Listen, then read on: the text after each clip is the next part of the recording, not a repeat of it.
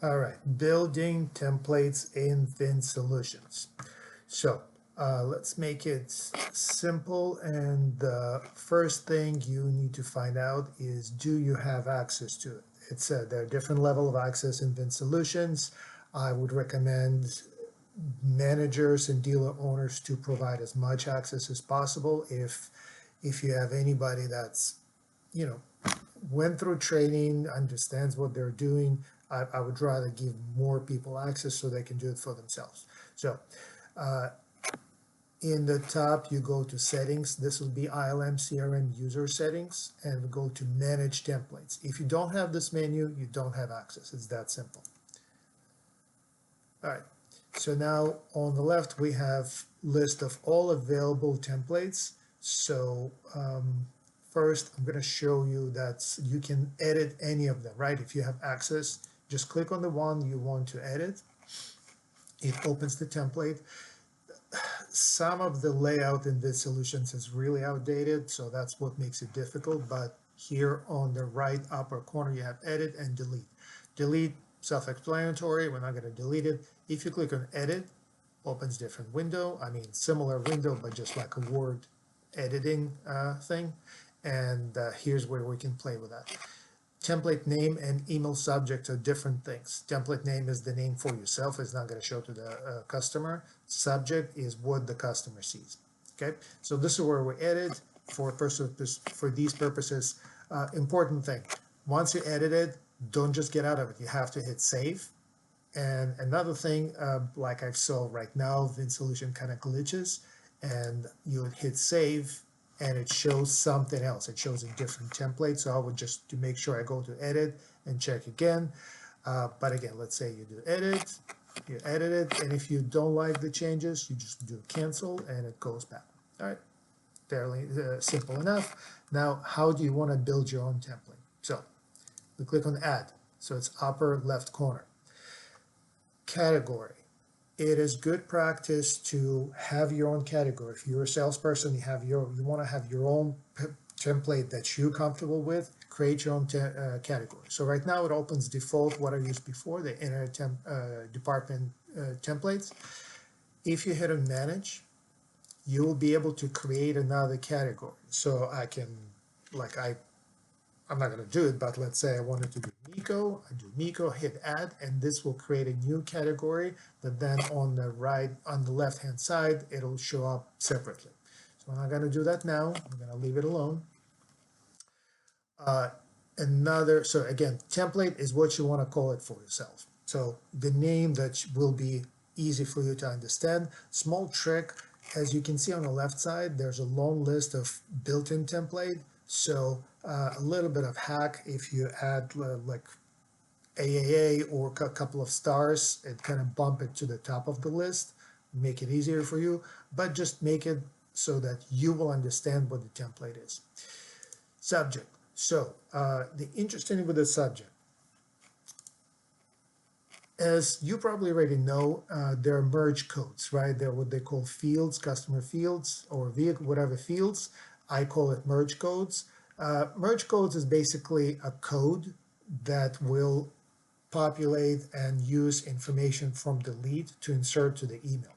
So simple language, if let's say I start building a template and I say hi, and then I put first name, then when the email is populated with the customer, it will populate the customer first name. I don't need to type it. This is one of the reasons we use templates, right? We can have the first name, and then I say the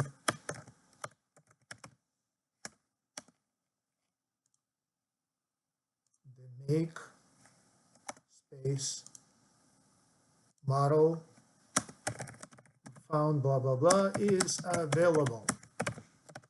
Okay, so these are the merge codes. This means that if this information is in the lead, it will automatically populate in the email that you're sending. Now, going back to the subject, it doesn't really let you, this is just from my PC, pre-populates, but it doesn't let you select merge codes here. But if I have this merge code here that's specific for the CRM, I can take it, I can copy it, copy and paste. I can put it here. And now what I want to do, Subject, it's best practice that your subject is personalized. And how do we personalize it? Well, of course, you can type it every time. And if you have some information in the lead that you can use to personalize it, that's the best thing. But if you want to save yourself time and you do a lot of leads, for example, customers, apostrophe S, new, and then I take the model. So now what's going to happen, if there's a customer name in the lead and if there's a model, it's going to populate it. And then it's going to say Miko's new Tacoma, John's new Pacifica, whatever it is, it's going to populate it. So it's already, at least it looks as it is customized in some way. So that's the trick to customize it. This is important. Okay, so we talk about the subject category. Again, you have to select the category where it's going to be, which category it already existing, or you manage to build your own. Now here, the default, I use Arial, use whatever you want. Maybe I would make it a little larger. So 13 to 16 seems reasonable. I don't like a lot of like tables and a lot of fields and colors. Just plain text is best. If you need to bold something, make it bold. So that's fine. A little bit of bold is fine. Now it doesn't have, actually, yeah, it does have the undo or Control Z if you just want to change something back. For templates, what I like to do, like when I build it for salespeople, I would put in, let's say, this is template, the vehicle is available, and then Vinsolutions does not allow to build in the link from the website. It will allow you to include like a brochure or something from the car, but it's not going to go like show vehicle, but it's not going to take it from the website. I like to go to the dealer website, so I would put here something like website link, and then I'm going to make it bold so that the salesperson remembers to check and change it. I don't leave it like this, but replace it with the actual link. Another thing that you can do here, and recommend it for certain things. Let's say you want to say something like here for details, cancel the bold. This weird thing that looks like a globe with a chain, that's the hyperlink manager. So here's what I do. I highlight the text that I want to link, let's say the word here. I click on insert. And then here, I paste the website that I want. So for example, you know, whatever, Toyota.com. I don't know if I did this right. This is just for the purpose of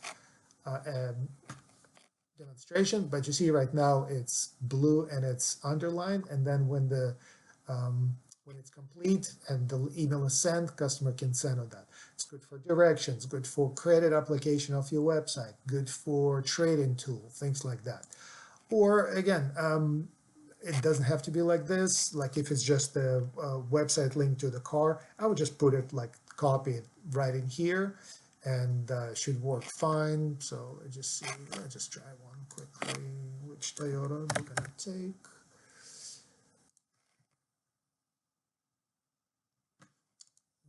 Car. Click on the most random car. Copy. Go back here. Delete this. So that's it. And if you worried, like test it, if it actually works as a link. If it doesn't work, same thing. Use it. Use the hyperlink manager.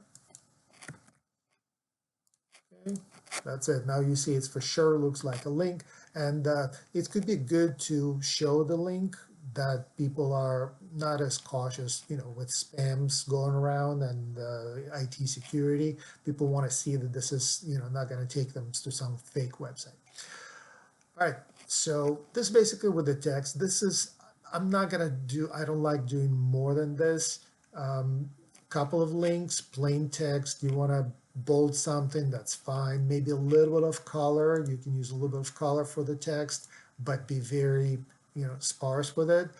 And a couple of other things here. So one is, you see up here, it says allow any user. So if you want your template to be just yours, you just uncheck that, and then nobody's going to see that.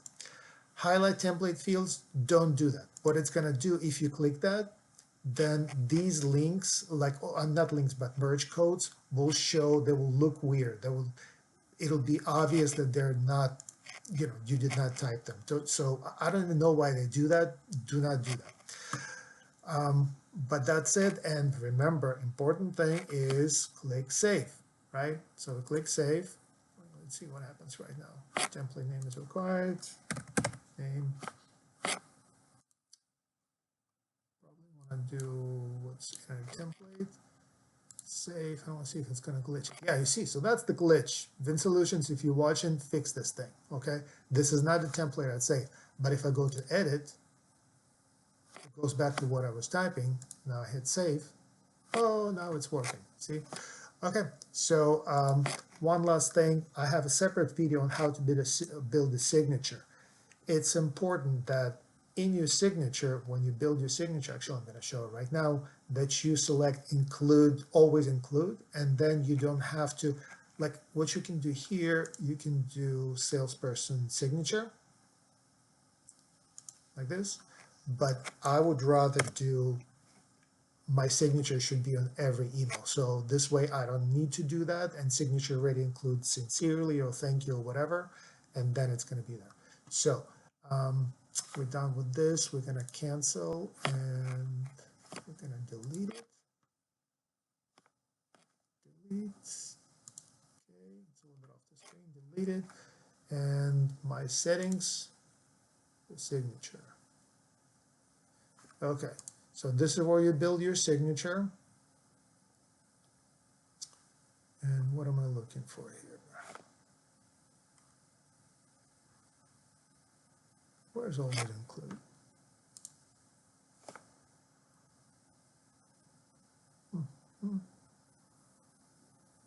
Okay, might want to test this because it used to be always include, but maybe it's not right now. Vinsolution does it automatically, but this is where you build a signature. So you'll do thank you.